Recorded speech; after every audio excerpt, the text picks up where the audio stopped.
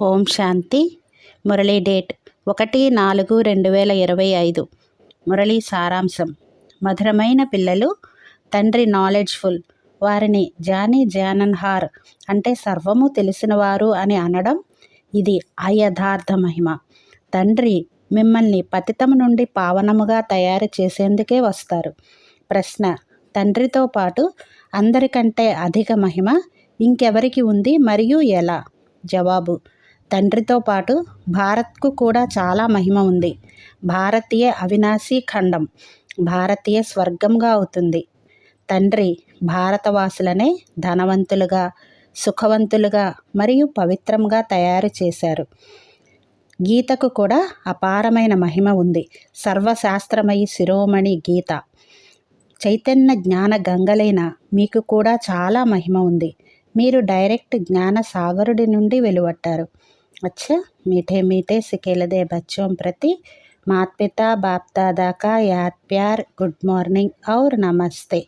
हम रूहानी बच्चों की रूहानी बाप दादा को याद प्यार, गुड मॉर्निंग और नमस्ते. ధారణ కోసం ఫస్ట్ పాయింట్: ఉన్నత పదవిని పొందేందుకు శ్రీమతంపై నడుస్తూ మంచి మేనర్స్ను ధారణ చేయాలి.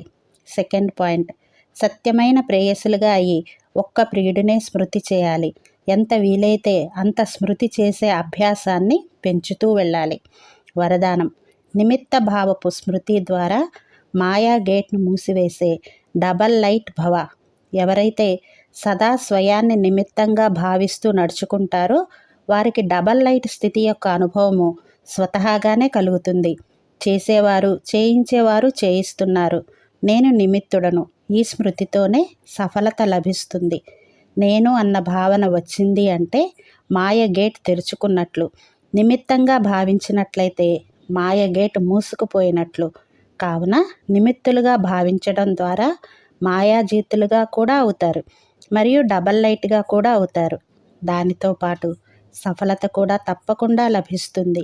ఇదే స్మృతి మొదటి నంబర్ తీసుకునేందుకు ఆధారమవుతుంది. స్లోగన్: త్రికాలదర్శులుగా అయి ప్రతి కర్మను చేసినట్లయితే సఫలత సహజంగా లభిస్తూ ఉంటుంది. అచ్చా, ఓం శాంతి.